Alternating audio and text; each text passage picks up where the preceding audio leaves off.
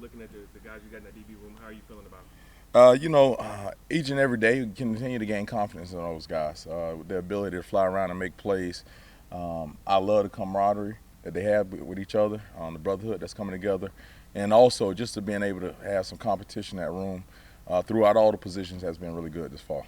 Simeon Blair looks like a guy that the program is putting a lot of trust in early. Just how has he shown, what he's able to do on the I field? think through his experience, just his leadership role in other places that he's been, coming from Arkansas as a captain over there. So just that leadership and experience that he brings to the table helps the whole group in the back end. And then from a depth perspective, do you feel like you guys have enough quality bodies? And you know what? I think we got a lot of guys that's competing for spots. Being able to move guys around and try guys out at different positions has been really good.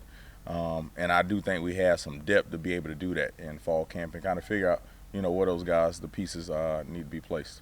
How's Cam Miller integrating into his role right now? He's doing well. Coming back at home and being a local guy, I think that's good for him. Just to be around the community and basically getting back to Memphis and playing Memphis ball. That guy is a guy that loves football, works hard at it each and every day, and basically, father went to school here as well, so kind of following tradition and in his father's footsteps. In a general sense, since you've been here, what's changed about this program? You know what? I think we just continue to be all in with each other. Those guys are buying into the program.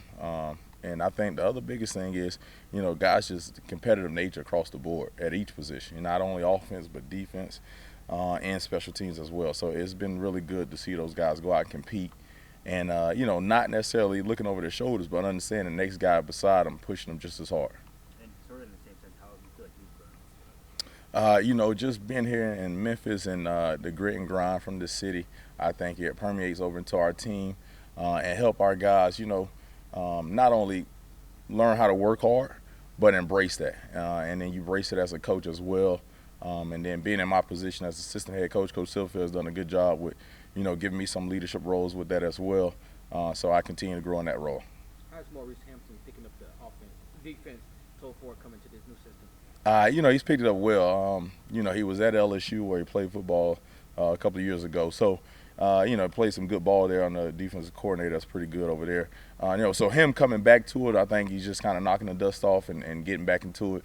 But I think he's, over the next couple of weeks, we get him fine-tuned to find him a role. In what ways are you challenging a guy like Davion Ross, who had a good year for you guys in his first year, Mm-hmm. to kind of progress from that going forward? I think, being able to go find some guys to compete with him, and push them. Those guys don't feel like, hey, I played last year, I started last year, I have it laid out for me this year. He understands that, like I said, the guy next to him is going to compete just as hard, and they all want to play. They all want to play. They all come out and work here each and every day. So I think just that competition and that competitive nature throughout that room is helping them. And then Ruben is a guy that from his freshman year, he was Yeah. a contributor for you guys. He's going into his junior year now. Yes, sir. Now he's like a veteran player. Mm-hmm. What do you expect out of him as a veteran guy now? I expect his leadership to continue to grow.